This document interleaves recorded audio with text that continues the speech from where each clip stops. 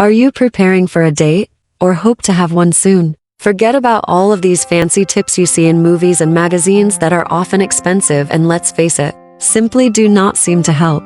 If you are still going on dates, chances are that you have not found the one yet, or you might have had a few dates that went horribly wrong. And now you are wondering what you might have done wrong and why you do not seem to succeed in this area.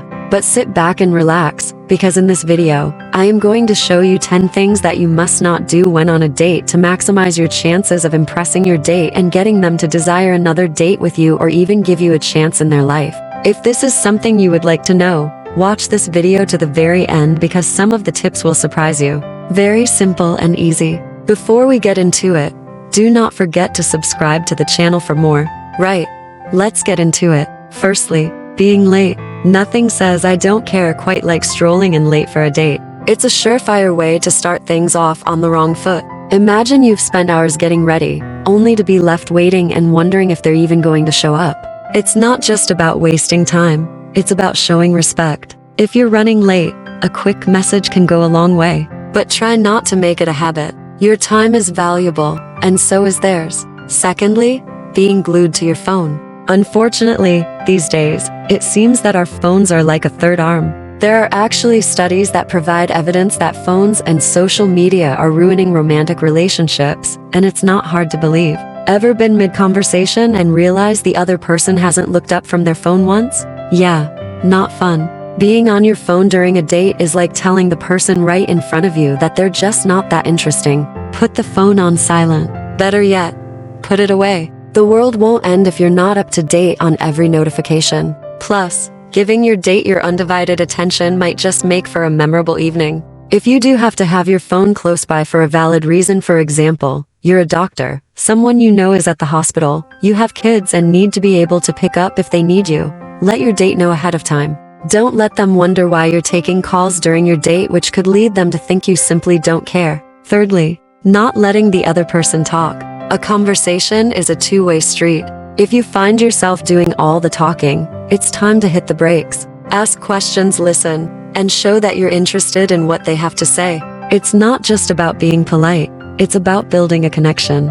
You might discover you have more in common than you thought. If you're on the other side, remember that people who do all the talking aren't always just people with a big ego. Some people are just taken over by stress, and talking a lot is a way to cope and try to appear confident. A great way to help them relax is letting them know you're happy to be on a date with them and getting to know their real self. Number 4. Lacking a plan for the date. Winging it can be fun, but showing up without any plan at all? That's just asking for trouble. It doesn't have to be a minute-by-minute itinerary, but having a general idea of what you'll be doing shows you've put some thought into the date. It could be as simple as a walk in the park followed by coffee. Having a plan can help ease those first date jitters too. Number 5. Talking about exes. The classic fox pause. Diving in details about your ex is a quick way to make things awkward.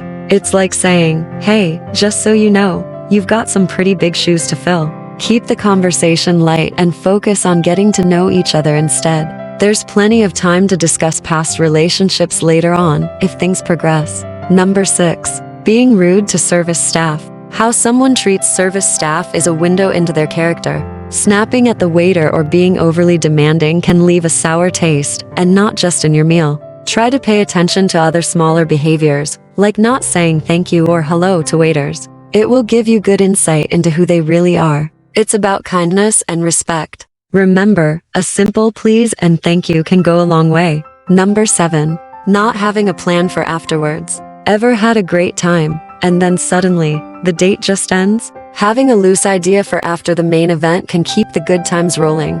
Maybe suggest grabbing dessert somewhere or taking a scenic route back. It's about keeping the momentum going and making the most of your time together.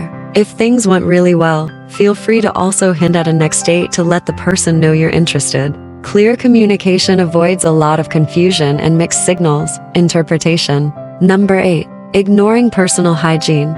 First impressions matter, and part of that is showing up looking and smelling your best. It's not just about dressing to impress, it's about showing you care. A little effort goes a long way in making your date feel special and valued. Number 9. Making the date too personal too fast. Sharing is caring, but oversharing is overwhelming. Spilling your deepest secrets on a first date can be too much too soon. Keep things light to start. There's plenty of time to get into the nitty-gritty of your life story once you've both decided you want to know more. Finally, forgetting to ask questions about your date. A date is an opportunity to get to know someone, not a platform for a monologue. Show interest in their life, their passions, and their opinions. It's not just about being polite. It's about finding those points of connection that could turn a first date into something more. In conclusion, I hope you enjoyed this video and found some value in it. If it helped you, consider giving it a like, share, and subscribe to the channel. And I will see you in the next one.